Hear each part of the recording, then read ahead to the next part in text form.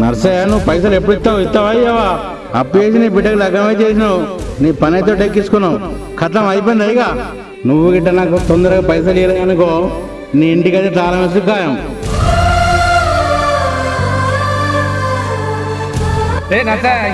పైసలు ఇస్తావా లేక మధ్యలో మానంది అన్న? ఏం నర్సా, అప్పు కడతావా లేక నీ కొడుకుని మా ఇంటికి పాలేరు పంపుతావా?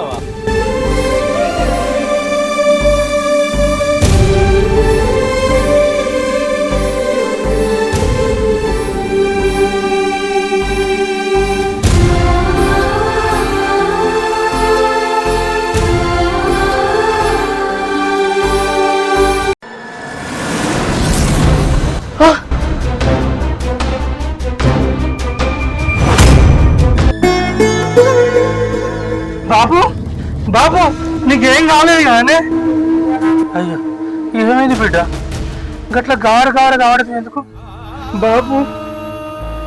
ఏం లేదే, అంత పిస కళలు పడుతున్నాయి. ఏమైందిరా? నేను చచ్చిపోయినట్టు, ఆత్మహత్య చేసుకున్నట్టు మళ్ళా గిట్ట కలవటదా బిడ్డ? అవునే బాబు.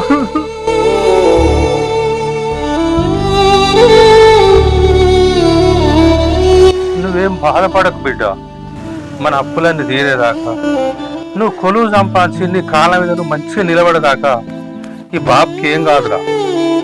ఈ బాబు కూడా గట్టిదిరా. నిన్ను నిడిచి నీ ఎట్లా పోతా బిడ్డ?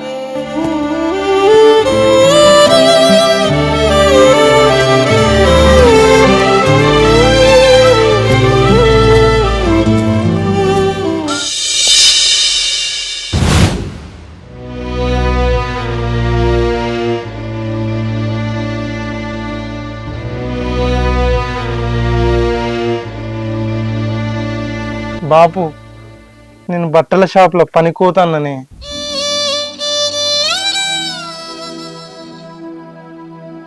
బాపు ఖచ్చితంగా కొలువు కొడతానే, మంచిగా చదువుతాన్నా. నాకు నీ మీద నమ్మకం ఉన్నది బిడ్డ, మంచిగా చదువుకో. కానీ ఒక్కడు యాదుకుంచుకో, మనలాంటి పేదోళ్లకు చదువు అనేది ఒక వరం. ఆ చదువు మన జీవితాలనే మార్చేస్తుంది బిడ్డ. మన జీవితాలు మారాలంటే, మన దరిద్రం పోవాలంటే అది నీ చదువుతోటి అవుతుంది బిడ్డ. అందుకే ఎన్ని అప్పులైనా ఎన్ని బాధలున్నా నిన్ను కష్టపడి చదివిస్తాను బిడ్డ.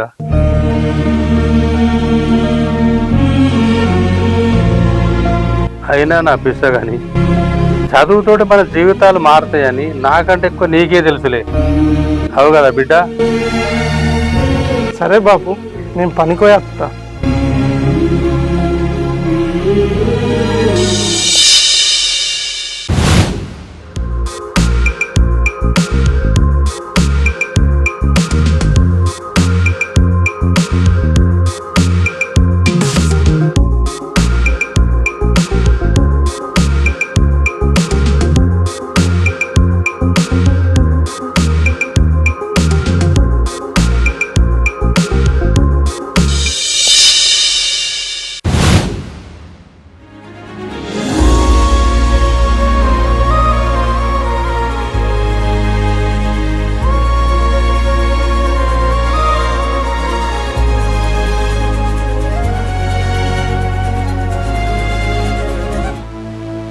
బాపు, సర్ది పువ్వు తెచ్చిన తినిపోయే. ఇప్పుడే ఆకలి అయితే లేదు బిడ్డ, కొంచెం సేపు అయినాక తింటా. సరేనే.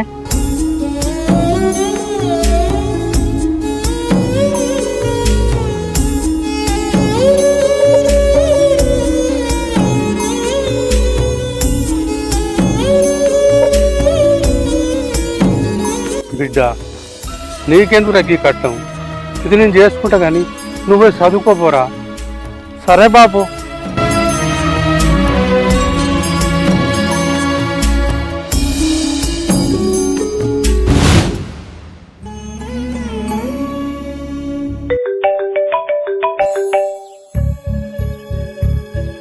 హలో లత, చెప్పే.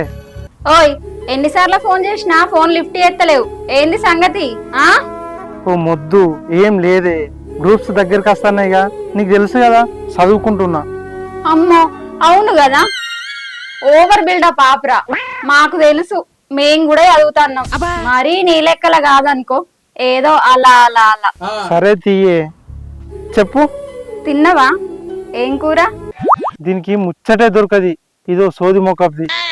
ఓయ్ మనసులా గులుక్కుంటున్నావు కదా, సైలెంట్ అయినావు. మరే నువ్వు మనసులో ఏమనుకుంటున్నావో చక్కగా చెప్పు, లేకపోతే నా మీద ఒట్టే. కాదు కాదు కాదు, చెప్పకపోతే నీ ఎగ్జామ్ మీద ఒట్టే. ఏం లేదే, దీనికి ఏం ముచ్చట దొరకది. తిన్నవా, ఏం కూర, ఏం చేస్తున్నావు అని అదోటి ఇదోటి వాగుతుందని అనుకుంటున్నా. అలాగా? అవునా? ఇంకా ఉందే సోది మొకబ్ దానా అని మనసులో కూడా అనుకున్నా. ఆ? నాది సోది మొకమా? చెప్తారా, నీ పని చెప్తా. అయినా పసి సార్, మీరు ఇప్పుడే దొరుకుతలేరు. పెద్ద జాబర్ అయినాక కనీసం మమ్మల్ని దేక్తారో దేకరో. Hello hello hello hello hello, signal లేదానే? సరే మంచిది, చదువుకో ఇక. థ్యాంక్స్. ఆల్ ద బెస్ట్ రా. Thank you so much. సరే గాని తిన్నావా లేదా? ఈరోజు ఏం కర్రీ? హలో హలో, సిగ్నల్ మళ్ళా పోయిందే. సరే మరి చదువుకో. థ్యాంక్ యూ నే, బాయ్. ఇప్పుడు వచ్చిందారా సిగ్నల్? దొరుకుతావురా, దొరుకుతావు. అప్పుడు చెప్తా నీ సంగతి.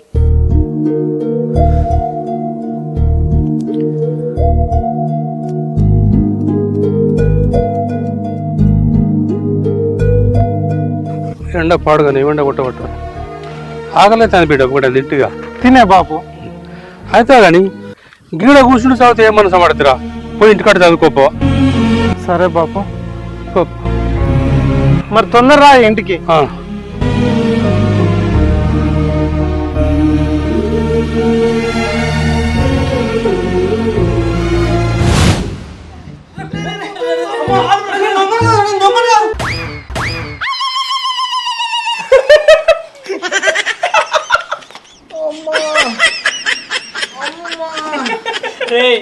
ఏంద్రా నీ బాధ? కాలువకూరు అంటే పోలీసు వాళ్ళు వచ్చారు అనుకున్నారా? అయితే నీకేం భయం? రాను దొంగ వారా? మరే అంటే మొన్న స్వాతిని గోకిండ్రా, అది ఇట్టా పోలీస్ కంప్లైంట్ ఇచ్చింది కావచ్చు అనుకున్నా. నీ రత్కోర్మకాల చెప్పు. అవునా రప్పించోడా? అరే గ్రూప్స్ దగ్గరికి వస్తాయి, మీకు బుద్ధి లేదా? పబ్జి గేమ్ ఆడతారు, బుక్ తీసుకొని చదువుకోరి. అబ్బో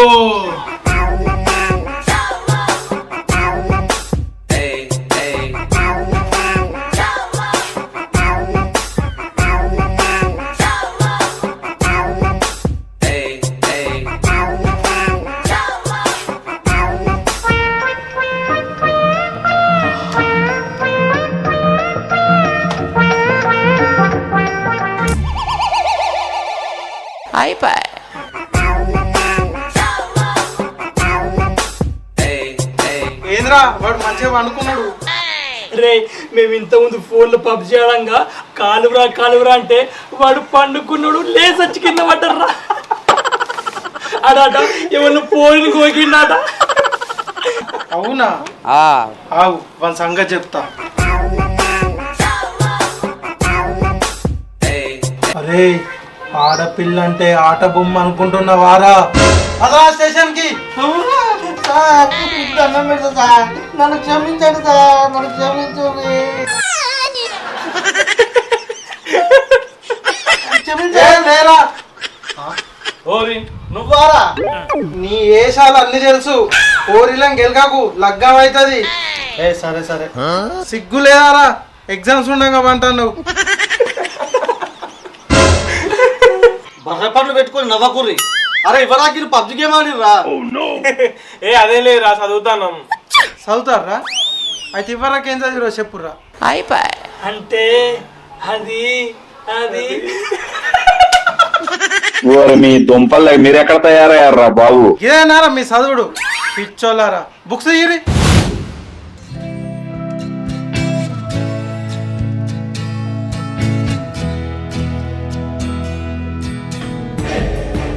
ఏం నర్సయ్య, మన అప్పులో ఇంటికి వచ్చి ఇచ్చేదిచ్చినట్ట కదా. అరే లక్ష్మణ్, గట్లా అంటావేందిరా? పెద్ద మనిషి బాధపడతాడు. ఓ ఇలా బిడ్డ పెళ్లికి ఊరంతా అప్పులు చేసి దరిద్రాన్ని కోరి మరి తెచ్చుకుంటారు కదరా. అరే నువ్వు చక్కగా ఏడికెళ్ళి వారా. నీ కొడుకు కన్నా అలా కొడుకు మంచిగానే చదువుతాడు, మంచి ఉద్యోగం తెచ్చుకుంటాడు. వాడే నాకు కొడుకు ఉద్యోగం అత్తే రాకపోతుంది. నాకు 10 ఎకరాల భూమి ఉంది. వాడు దున్నుకొని ఎట్లా బతుడు? వాడికి ఏముందిరా, ఉండదా తుడిసేటే వాయ్. చూడు లక్ష్మణ్, ఎవరి రాత ఎట్లున్నదో, నువ్వైతే మాకేం ఇస్తలేవు, ఏం పెడతలేవు. మా బాధ మేము పడతాను. మా కొడుకు మీద నాకు బాగా నమ్మకం ఉన్నది. ఎన్నటికైనా వాడు కొడు కొడతాడు. అబ్బో సరతి, ఏదో ఊరు 4 మంచి మాటలు చెప్తే దానికే నీళ్ళుగా పడుతుంది. ఏ ఆపరా పోదాంపా. నరసన్న నువ్వేం బాధపడకే, ఈ పిచ్చోడు గట్లనే మాట్లాడతాడు. ఏ రారా నువ్వు. ఏ ఆదిరా, మావాడ 4 ముచ్చట్లు చెప్తే బాగా మాట్లాడబట్టే దానికి ఏముందిరా? అరే ఏమున్నా నువ్వు ఎందుకు సపరేట్.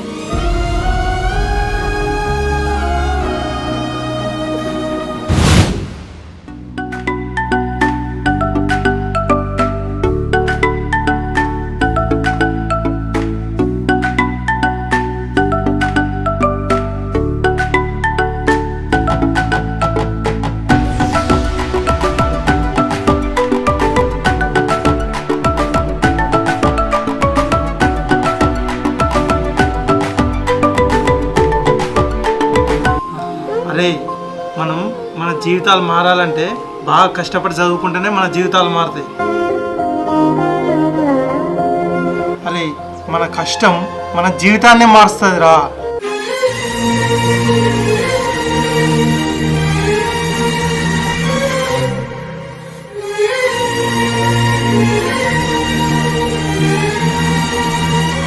రే థ్యాంక్స్ రా పషి, మాకు అర్థం కాని చాలా టాపిక్స్ చాలా బెస్ట్గా ఎక్స్ప్లెయిన్ చేసినవురా.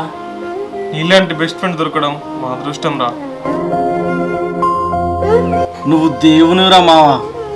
రే పషి, రాత్రి పగళ్ళు బాగా చదువుతానమాట. చదివి పుస్తకాన్ని పిసోని పోయావురా. అరే అదేం లేదురా, మీ క్యాస్ట్ వాళ్ళకు ఉన్నంత రిజర్వేషన్ మాకు లేదు. మేము బాగా కష్టపడి చదువుకోవాలిరా. మాకు తక్కువ రిజర్వేషన్ ఉంది, అందుకని నేను బాగా చదువుకొని బాగా మార్కులు తెచ్చుకోవాలి.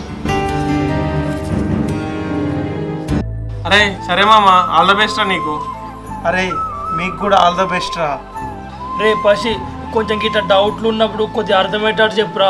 మళ్ళీ క్యాస్ట్ అది ఇది అని దూరం ఉండకురా. అదేం లేదురా పిచ్చోడా, మీరు ఎప్పుడు ఫోన్ చేసి డౌట్స్ అడిగినా కానీ నేను చెప్తా. సరే కానీ చదువుకోర్రా.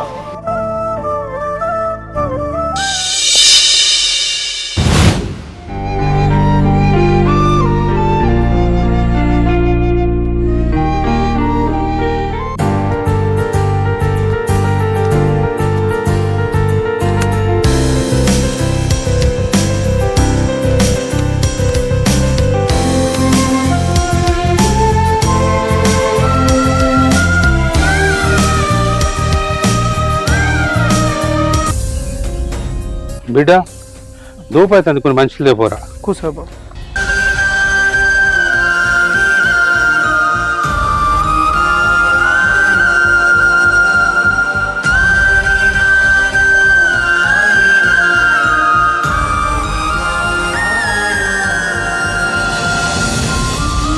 బిడ్డ అవి ఉంటే మంచిగా ఉండేది కదా రా. మనకు ఇంత కష్టం రాక.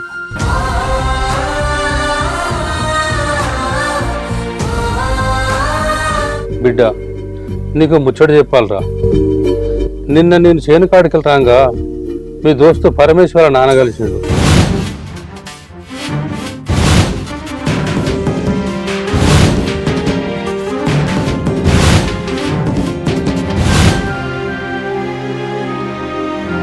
నువ్వేం బాధపడకు నాన్న, మనం ఎదిగే తీరు మనం నిగతాలు చేసిన వాళ్ళకు సమాధానం అవుతుంది.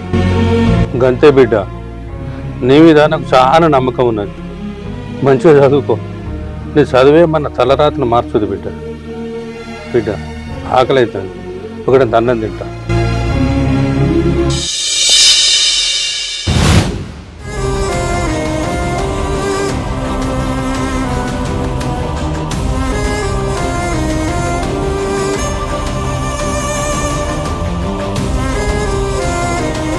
ఎండి అదా? హలో పరమేష్, అదా? హలో సాయి.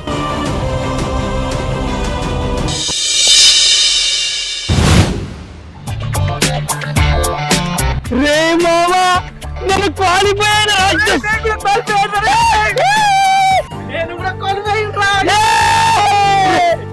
అప్పటికి వీళ్ళు వంగిస్తాయి ఇక. Yes!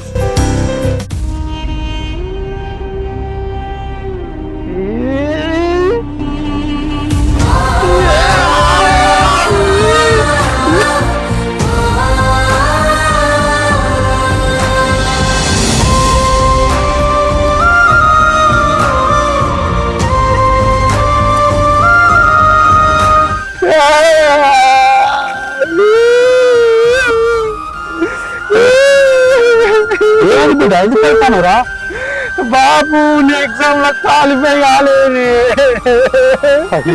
నేను మంచిగా రాసిండే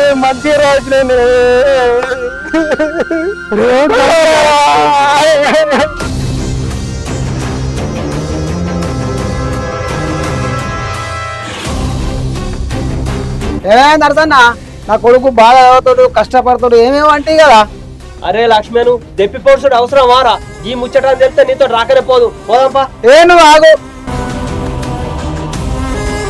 నా కొడుకు మస్తు నమ్మకం ఉంది అని భూజాగలు అమ్మి చదివిపిస్తాయి కదా, ఫెయిల్ అన్నాడు కదా. ఇప్పుడు ఏమైంది బాబు? ఇక నువ్వు ఆపే. ఈ రోజు నేను సాయిగాడు ఎండి గాడు ఈ ఎగ్జామ్ లో క్వాలిఫై అవడానికి కారణం ఈ పసినే.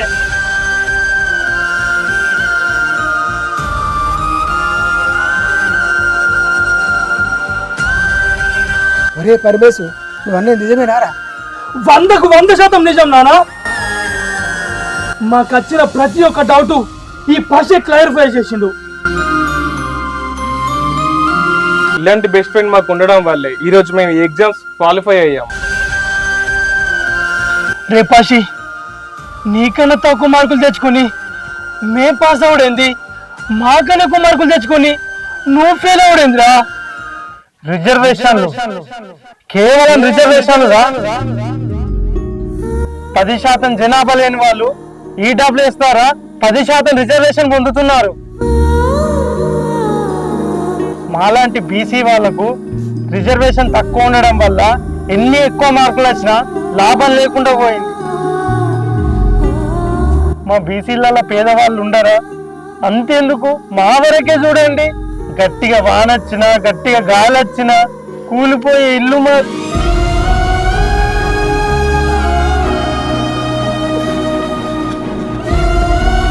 మా బాపు భూములు అమ్మి నన్ను చదివిపించిండు. మా అక్కకు అప్పులు తెచ్చి మరీ లగ్గం చేసిండు. ఇప్పుడు అప్పులన్నీ ఎలా తీర్చడం? కష్టపడి చదువుకొని మంచి మార్కులు తెచ్చుకుంటే మా బీసీ వాళ్ళని వెనుకకు పడేస్తే మేము ముందు పోయేది ఎట్లా? మా బ్రతుకులు మారేది ఎలా? అసలు కులాన్ని బట్టి రిజర్వేషన్ బట్టి ఇన్ని తేడాలు చూపెట్టకుండా ఎవరెక్కువ కష్టపడి చదువుకుంటారో వాళ్ళకి ఎక్కువ మార్కులు వస్తాయో వాళ్ళకి ఎంప్లాయ్మెంట్ ఇస్తే మాలాంటి చదువుకున్న వాళ్ళకు న్యాయం జరుగుతుంది కదా. అగ్ర కులాలకు ఒక్క న్యాయం, మా బీసీ వాళ్ళకు ఒక్క న్యాయమా? మా బీసీ వాళ్ళ బ్రతుకులుగా మారయా?